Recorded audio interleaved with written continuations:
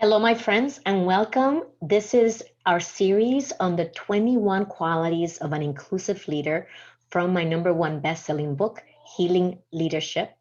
And today I want to talk about quality number 5, which is an inclusive healing leader shows and demonstrate flexibility.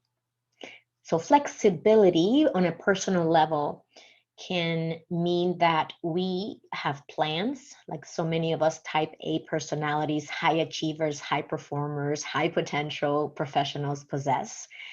And having flexibility means that we make our plans and we're also flexible to tweak those plans whenever needed, to pivot when situations show us that what we had planned isn't quite working out the way that we expected.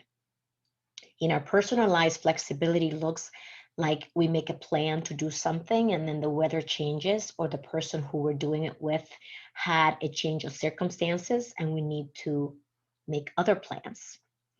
Have you noticed what happens whenever you resist making changes, whenever you resist what is actually happening from being, and instead we resist it?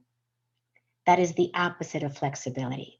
And if you are like me and many of my clients, when we do that, we experience a lot of negative emotions, from anger, anxiety, disillusion, disenchantment, all the things that bring us opposed to where or how sometimes we want to feel.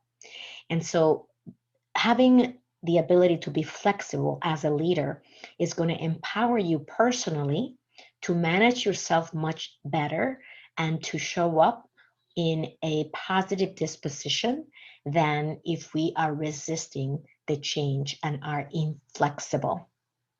With our teams, showing up with flexibility is going to allow us to see what is actually happening and respond versus react. And as we do that, we can coach our team members, we can mentor them in a much more constructive way than if we are simply reacting and being emotional about what is happening. So bringing the emotional flexibility to your everyday is going to have this positive effect in your personal life and in your business as a professional in an organization.